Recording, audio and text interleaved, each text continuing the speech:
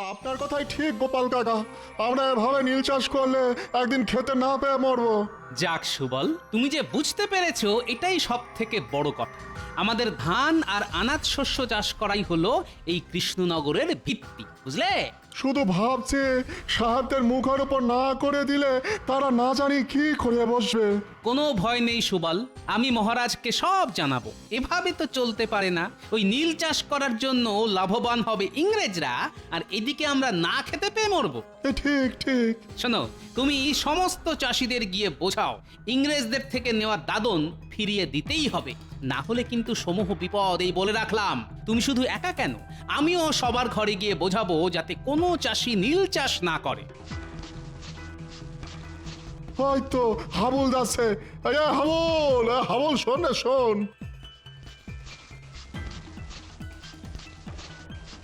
কি ব্যাপার সুবল ভাই, সাত সকালে এখানে দাঁড়িয়ে মাঠে যাওনি?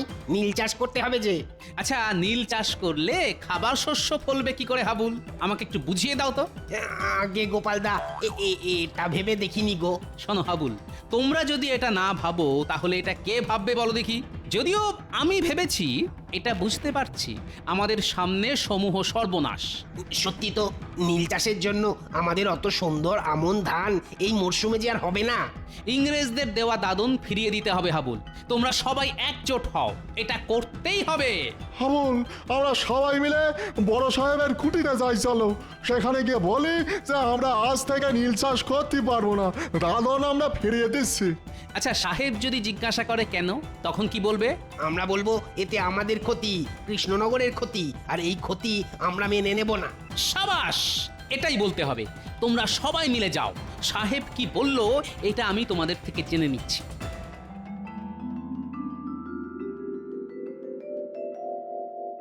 কি ব্যাপারটা কি মন্ত্রী? জমে পিছু যথেষ্ট কমিশন দেওয়া হচ্ছে, তা সত্ত্বেও চাষিরা দাদন ফিরিয়ে দিচ্ছে, নীল চাষ করতে চাইছে না কেন? আমি মানে মানে ঠিক বুঝতে পারছি না, মানে এরকম কেন হলো। তুমি মানে মানে খাটলে হবে মন্ত্রী? মন্ত্রী হয়েছো কেন? আসলে আমি তো আপনাদের হয়ে প্রকাশ্যে কিছু করতে পারছি না, তাহলে সব জানাজানি হয়ে যাবে। ওদিকে গোপাল চাষিদের বাড়ি বাড়ি গিয়ে তাদের এক কাট্টা করছে। তো বুঝতে পারছি চাষিদের আর মুখের ভয় দেখানোয় বাধ্য করা যাবে না। যদি ব্যাটাদের তুলে এনে আচ্ছা করে চাবুক পেটা করা হয় তাহলে ঠিক সুরসুর করে রাজি হবে। ওকে ওকে, তাহলে তাই হোক। হ্যাঁ, তাই করুন, এছাড়া উপায় দেখছি না। ব্যাটা গোপালটা নেতা হয়েছে, আমায় জ্বালিয়ে খাচ্ছে সব জায়গা।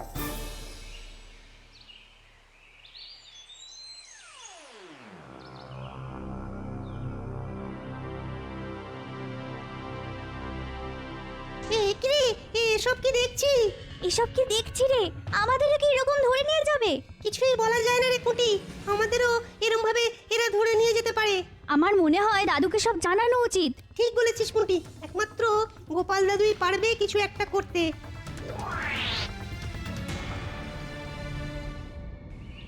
উফ, বেশ চড়া রোদ উঠেছে। বেরোবার সময় ছাতাটা নিতেই ভুলে গেলাম, গিন্নি একবার মনে করিয়ে দিল না। ও গোপাল দাদু, আরে দাঁড়াও দাঁড়াও।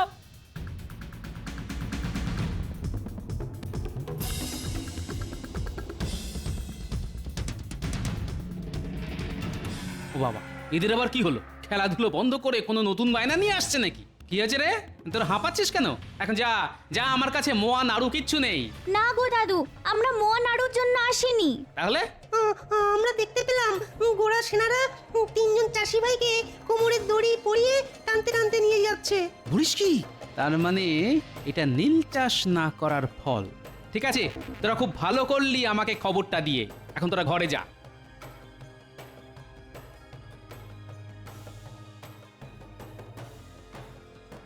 কি ব্যাপার, এত তাবু পড়েছে? তার মানে কি সাহেবরা গোপনে সেনা সমাবেশ করে জুলুম করতে চাইছে? অবশ্য ইতিমধ্যেই জুলুম শুরু হয়ে গেছে। না, নিরীহ কৃষকদের ওপর এই অন্যায় মেনে নেওয়া যায় না। তাড়াতাড়ি রাজসভায় গিয়ে মহারাজকে জানাতে হবে।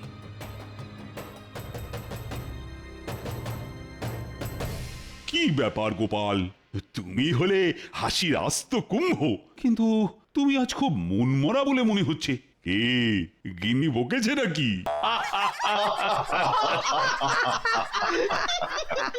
না মহারাজ, একটা গুরুতর কারণে আমি বিশেষ চিন্তিত। কেন গোপাল? আমি তো তোমার এই চিন্তার কারণটাই জানতে চাইছি। কারণ তুমি চিন্তিত থাকলেই আমার যে বড় ভয় করে। মহারাজ, মনে হচ্ছে ইংরেজ সাহেবরা কৃষ্ণনগরে আবার একটা গোলমাল শুরু করতে চাইছে। সে কি? কেন? প্রজারা তো বেশ স্বস্তিতে আছে বলেই শুনেছি। তোমার বুদ্ধিতে কৃষকরা তো দাদন ফিরিয়ে দিচ্ছে, তারা খাদ্যশস্য চাষ করছে। সেটা আমিও ভেবেছিলাম মহারাজ, কিন্তু ওই গোরা সাহেবরা এত সহজে এটা মেনে নেবে না। আসার পথেই দেখলাম নতুন করে সেনা তাঁবু পড়েছে, আর শুনলাম 3 জন কৃষককে নাকি কোমরের দড়ি বেঁধে নিয়ে গেছে। সে কি? নতুন করে সেনা ঢুকছে নাকি কৃষ্ণনগরে? কই, আমায় তো কেউ জানায়নি। মন্ত্রী, তুমি সারাদিন করোটা কি বলো তো? এক্ষুনি চর লাগিয়ে খবর নাও, এর উদ্দেশ্য কি? চর তো আমি মহারাজ, তবে কৃষ্ণনগরের নয়, সাহেবদের। বদলে যা পাই সারা মাসে রাজসভা থেকে তার অর্ধেকও পাই না। কি হলো? কি ভাবছো কি বলো তো মন্ত্রী? না, আপনি ভাববেন না মহারাজ, আমি দেখছি।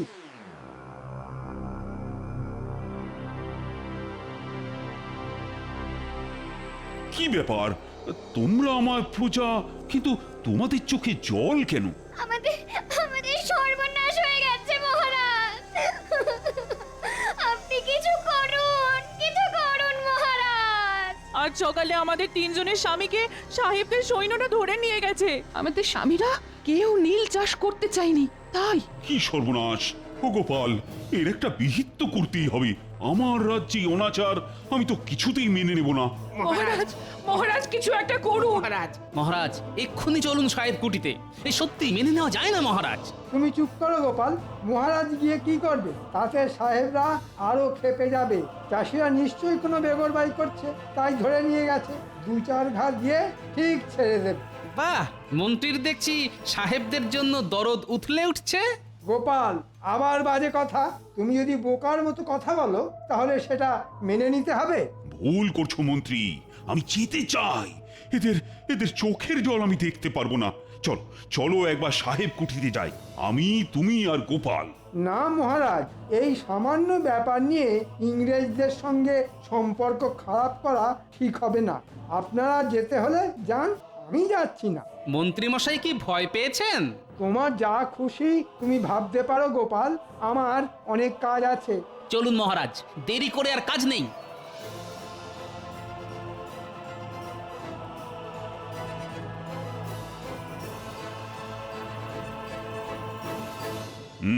আমি জানতে চাইছি এই 3 জন চাষিকে এভাবে ধরে আনার কি কারণ? মাই গড, আপনি এটাও জানেন না? ওরা দাদন নেওয়ার সাথেও নীল চাষ খাইতে চাইছিল না, তাই ভাবিলাম ওদের ছাপকে সিধে না খাইলে শিক্ষা হইবে না। কিন্তু সাহেব, এটা ঠিক হয়েছিল যে চাষিরা দাদন ফিরিয়ে দেবে, তারা নীল চাষ করবে না। দাদন আপনারা জোর করে দিয়েছিলেন, ওরা স্বেচ্ছায় নেয়নি। আমরা একটু কম বুঝি। দাদন যখন একবার নিয়েছে তখন ওদের খাইতেই হইবে, নইলে মরিতেই হইবে। তাছাড়া দেশ থেকে বড়লাট আসিতেছেন, তিনি আসার আগে জমিটা নীল চাষ শুরু করিতে হইবে। সেই জন্য সেনা সমাবেশও শুরু হইয়াছে। এবার যদি আপনারা বাধা দেন তাহলে জানিয়া রাখুন, আমি আপনাদের ছাড়িয়া দিব না। হ্যাঁ, তাহলে শুনে রাখো সাহেব, আমিও বলে যাচ্ছি, প্রাণ দিতে হলে দেব, তবু কৃষ্ণনগরে নীল চাষ হতে দেব না।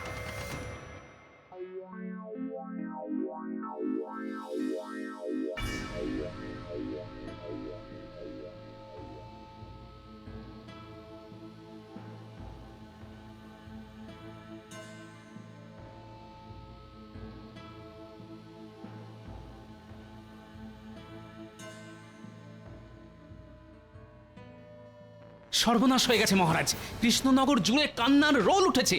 আজ সকালে হরিচাষীকে আধমরা অবস্থায় উঠোনে ফেলে গেছে, কিন্তু বাকি 2 জনের কোনো খোঁজ নেই। বলো কি গোপাল? হায় হায় হায়, রাজ্যে এ কি শুরু হলো? মন্ত্রী, এ কি সব শুনছি? না মহারাজ, আর চুপ থাকা যায় না। কাল ওই সাহেবের কথা শুনলেন তো, আমাদেরও বদলা নিতে হবে। ইটের বদলে পাটকেল না দিলে ওই সাহেবদের শিক্ষা হবে না মহারাজ। এক্ষুনি আমাদের কিছু লোক জোগাড় করতে হবে। আর রাতের অন্ধকারে ওদের তাঁবুতে আগুন দেব, ওদের বুঝিয়ে দিতে হবে আমরাও ভীতু নই। এটাই হবে আমাদের উপযুক্ত জবাব। কামানের মুখে ওই লাঠি সোটা ফুৎকারে উড়ে যাবে, তার চেয়ে ওদের সাথে সন্ধি করে কিছু জমি নীল চাষের জন্য ছেড়ে দেওয়া উচিত মহারাজ। এ কি বলছো মন্ত্রী? ওদের কাছে বশ্যতা স্বীকার করে দেশের জমি ওদের দিয়ে দেব? না না না না না, আমি স্বাধীনভাবে বাঁচতে চাই, এ আমি কিছুতেই পারবো না। কিন্তু মহারাজ, কোনো কিন্তু নয় মন্ত্রী, ওদের একটা জোরালো জবাব দিলে যদি ওদের শিক্ষা হয়। গোপাল, তুমি তুমি সাবধানে সমস্ত আয়োজন করো। লোক জানাজানি হলে কিন্তু পুরো পরিকল্পনাটাই ভেস্তে যাবে। আমি তোমার সাথে আছি। এ হতে দেওয়া যায় না। যেভাবেই হোক বড় সাহেবকে খবরটা দিয়ে সতর্ক করতে হবে, না হলে এই অনর্থ ঘটলে আমায় সাহেব ছেড়ে দেবে না।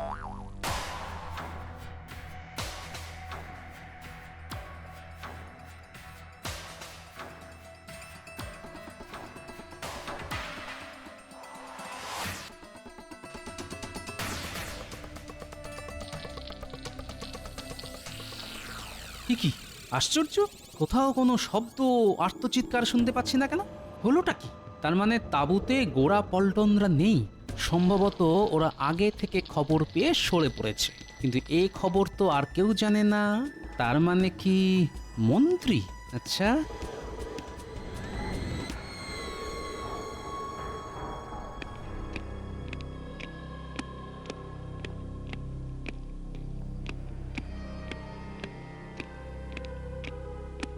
কাল তোমার লোকজন সেনা ছাউনিতে আগুন লাগিয়ে আমাদের সমস্ত সেনাকে পুড়িয়ে মারার প্ল্যান করেছিল। ভাগ্যিস মন্ত্রী সরি গোপন সূত্রে খবর পেয়ে ওদের সরিয়ে নেওয়া হয়েছিল। কি কি বলতে চাইছো তোমরা? মনে রেখো, এর জবাব তোমরা পাবে। আজ সতর্ক করতে এলাম, নিজেদের লোকেদের সামলাও। বড় লাট আসার আগে বড় সাহেব কোনো গন্ডগোল বরদাস্ত করবেন না, মনে থাকে যেন। আপনাদের সাহেবকে বলুন আমাদের দুজন চাষিকে ফিরিয়ে না দিলে বড়লাট আসার আগেই দেশবাসী ওনাকে লাটে তুলে দেবে। একবার মন্ত্রীর নাম বেরিয়েছিল, তার মানে যা ভাবছি তাই। মন্ত্রী ওদের হয়ে গুপ্তচরের কাজ করছে। ওকে, তাহলে এটাই তোমার শেষ কথা? হ্যাঁ হ্যাঁ, এটাই শেষ কথা। গোপাল বোধ হয় সন্দেহ করছে। না, এবার একটু কথা ঘোরাতে হবে। দেখলেন মহারাজ, গোপালের বুদ্ধিতে কি করতে কি হলো। এখন বুঝুন ঠেলা। জানেন তো মন্ত্রী মশাই, এই ঠেলার নাম বাবাজি। না মহারাজ, এখন থেকে একটু চোখ কান খোলা রাখতে হবে। শয়তান আমাদের মধ্যেই আছে।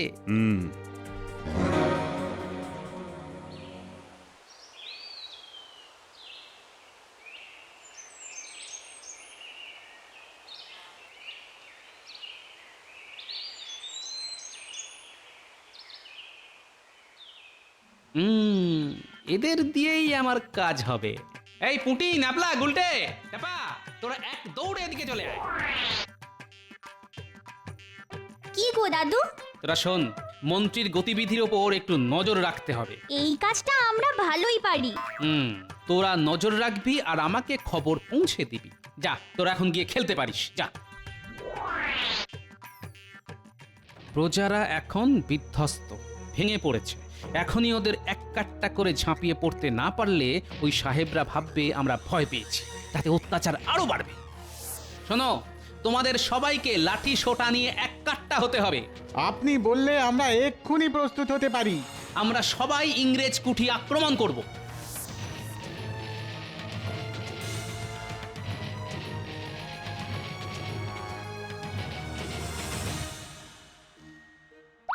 Oh God, strange! কি করা উচিত? আমাকে ছেড়ে দাও।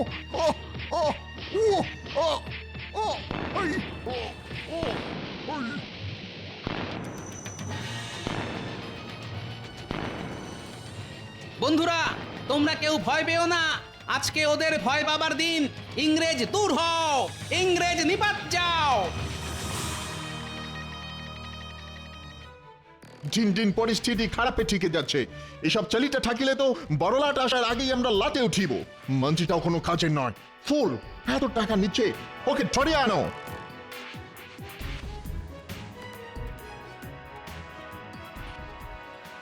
আরে আরে, মন্ত্রী মশাই এদিকেই আসছে না? তাই তো, এদিকে সাহেবদের বাড়ি ছাড়া তো আর কিছুই নেই। তাহলে হয়তো সাহেবদের সাথেই দেখা করতে আসছে। চল লুকিয়ে পড়ি, তারপর দেখতে হবে সাহেবদের সঙ্গে মন্ত্রী মশাইয়ের কি দরকার।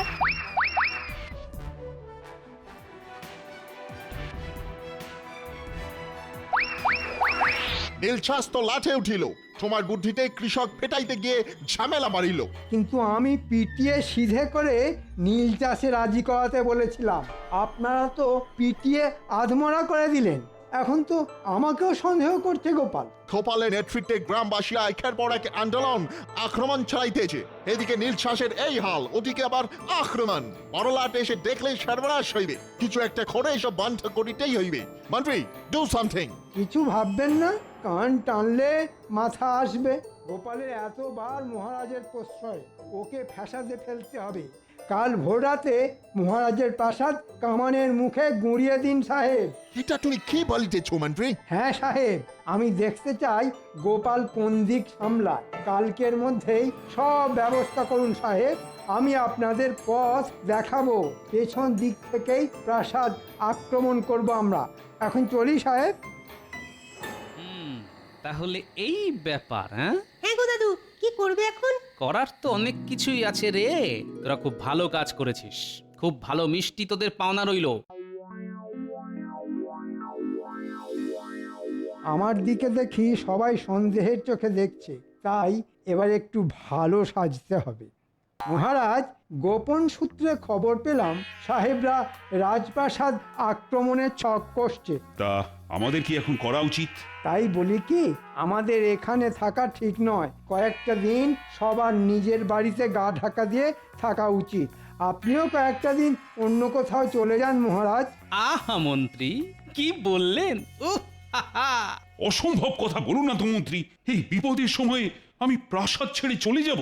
না মানে ভালোর জন্যই বলছিলাম। সবাই মিলে বুক চিতিয়ে লড়বো। তোমরা সবাই আছো, আর গোপাল তো আছেই। এত ভয় পেলে তো ওরা পেয়ে বসবে। আমি নেই মহারাজ, গোপাল সাহেবদের অকারণে চটাবে, আর আমরা কামানের মুখে খামোকা জীবন দিতে পারবো না। আমি চললাম, কয়েকটা দিন গা ঢাকা দিয়েই থাকি। কি তোমার এত স্পর্ধা মন্ত্রী? ওকে যেতে দিন মহারাজ, ওর মতো মানুষের দেশ রক্ষায় কোনো প্রয়োজন নেই। সব বুলি উড়ে যাবে, আগে তো বেঁচে থাকো। চলি, তোমরা বেঁচে থাকলে আবার দেখা হবে। মহারাজ, আমাদের বিপদ আসন্ন। আসল শয়তানটা গেছে, এখন আলোচনায় বাধা নেই। আপনারা সবাই বলুন, রাজ্যের এই বিপদে আপনারা সঙ্গে আছেন তো? হ্যাঁ নিশ্চয়ই। যা করার আজই করতে হবে মহারাজ। আজ ভোর রাতেই হামলা হবে, আমি নিশ্চিত। আপনাদের যা করতে হবে শুনুন। ব্যাস, আপনারা সারা গ্রাম ঘুরে লোকজন আর লাঠি ইট পাথর নিয়ে প্রস্তুত থাকবেন। আমি কয়েকজনকে নিয়ে এদিকে ফাঁদটা পাত। বেশ, তবে তাই হোক গোপাল। তোমার উপর আমার যে অনেক ভরসা।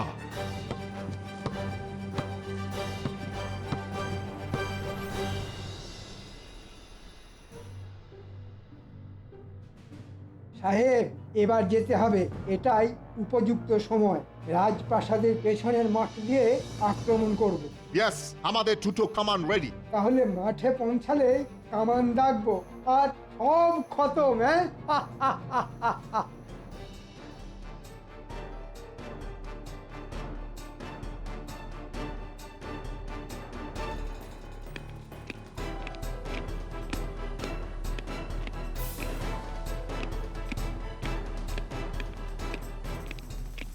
মহারাজ দেখছেন? বিলক্ষণ। এখন উপায়? চিন্তা করবেন না মহারাজ, দেখুন।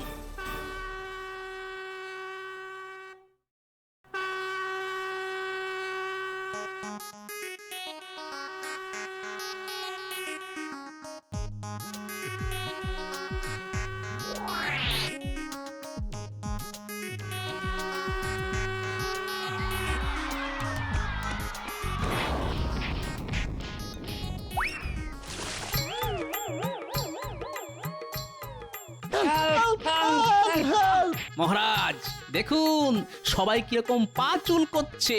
বালতিতে বিছুটি পাতা বেটে রস ছিল। কি করেছো গোপাল, ভাবাই যাচ্ছে না। এবার দেখুন মহারাজ।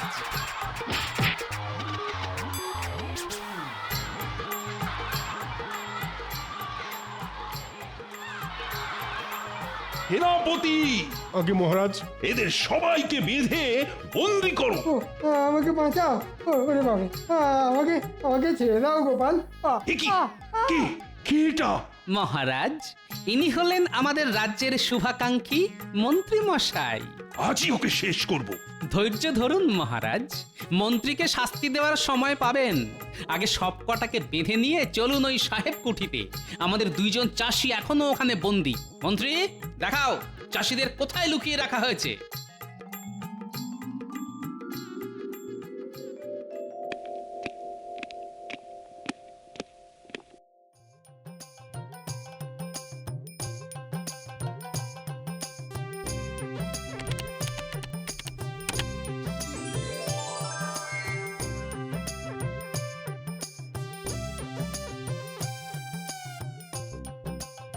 আর কোনো ভয় নেই হাবুল আর সুবল, তোমরা মুক্ত।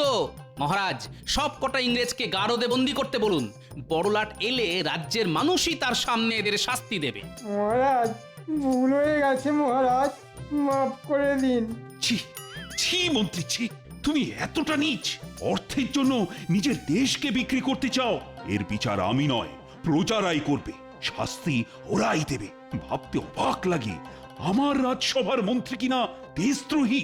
দেখো দেখো, গোপালকে দেখে শেখো দেশপ্রেম কাকে বলে। মহারাজ, দেশের নুন খাই, দেশকে ভালোবাসা তো কর্তব্য। আমি কর্তব্যটুকুই করেছি মহারাজ। জয় গোপালের জয়। গোপালের জয় নয়, এ আমাদের মাতৃভূমি কৃষ্ণনগরের জয়, আমাদের দেশের জয়।